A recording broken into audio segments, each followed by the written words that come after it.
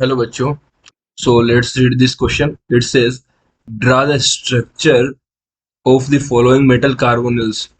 And the metal carbonyl given to us, that is Fe2CO का whole 9.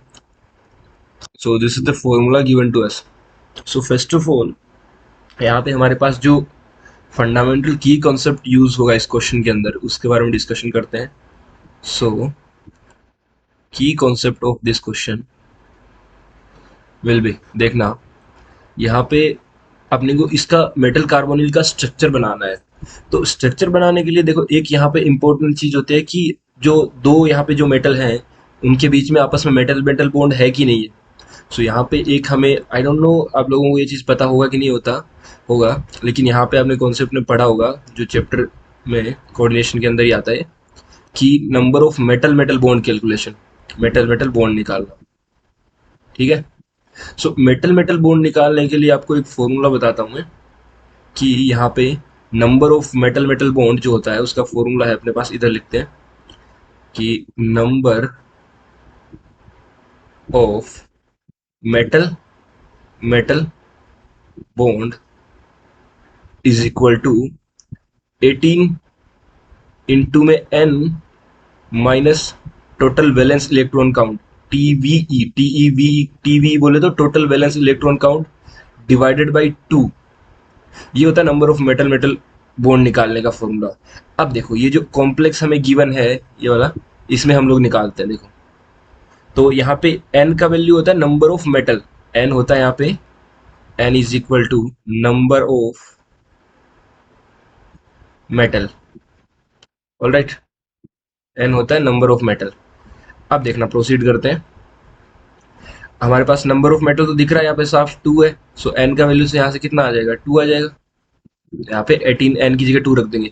अब total valence electron count निकालते हैं. तो TVE जो क्या आएगा अपने पास, TVE निकालते हैं. बोले TVE होता है टोटल वैलेंस इलेक्ट्रॉन काउंट. वो देखो जो आयरन होता है Fe में 3d8 और 4s2 रहता है आयरन का इलेक्ट्रॉनिक कॉन्फ़िगरेशन. आयरन क्या होता है, देखो इलेक्ट्रॉनिक कॉन्फ़िगरेशन लिख देता हूँ एक बार. 3d8, सॉरी 3d6 और 4s2. ऑलराइट. सो 6 इसमें है, 2 इसमें है, तो टोटल 8 इलेक्ट्रॉन हो गया ना. सो एक मेटल के, एक Fe मेटल के पास 8 होंगे तो दो Fe के पास 8 इंटू 2 16 हो जाएंगे.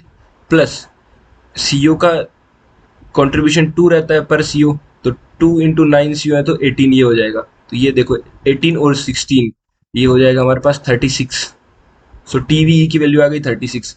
अब दोनों वैल्यू आ गई, इस फॉर्मूले को पुट करते हैं. तो देखना number of metal metal bond जो है वो हमारे पास क्या आ जाएगा, वो आ जाएगा. देखो यहाँ पे कैलकुलेट करते हैं. 18 इंटू n का वैल्यू हो जाएगा 2 minus total valence electron count कितना होगा 36 डिवाइडेड बाई 2, दैट इज 0. ये 18 इंटू 2 36 हो गया. ये तो 0 आ गया number of metal metal bond. यहाँ पे इसका मतलब क्या होगा कि number of metal metal bond कोई प्रेजेंट ही नहीं है. सो अब देखो अगर कोई number of metal metal bond present नहीं है और Fe2CO9 बनाना है, तो यहाँ पे देखो नेक्स्ट पे चलते हैं हम लोग. यहाँ पे देखो एक Fe मेटल होगा इधर, एक Fe मेटल इधर होगा दूसरा. ठीक है. अब देखो यहाँ पे क्या करते हैं हम लोग, इवनली डिस्ट्रीब्यूट करते हैं यहाँ पे सिमेट्रिकली.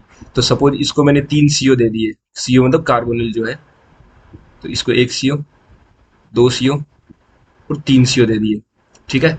इधर ऐसे ही इसको भी 3 CO, 1 कार्बोनिल, दो यहाँ पे कार्बोनिल ये लिगेंड है, ये तीसरा CO. ठीक है. ये 3 हो गए. उसके बाद में यहाँ जो 3 अलग और CO है वो रहते हैं ब्रीजिंग में. ऑलराइट. सो यहाँ पे ये एक और CO, यहाँ पे कार्बोनिल है, ये इसके साथ ब्रीजिंग में रहता है. एक ये कार्बोनिल हो गया, ये भी ब्रीजिंग में रहता है. और ये एक तीसरा कार्बोनिल हो गया, ये भी ब्रीजिंग में रहता है. ठीक है. तो ये इसका फाइनल स्ट्रक्चर हो जाएगा. So I hope you all will understood it very well. Thank you very much. All the best.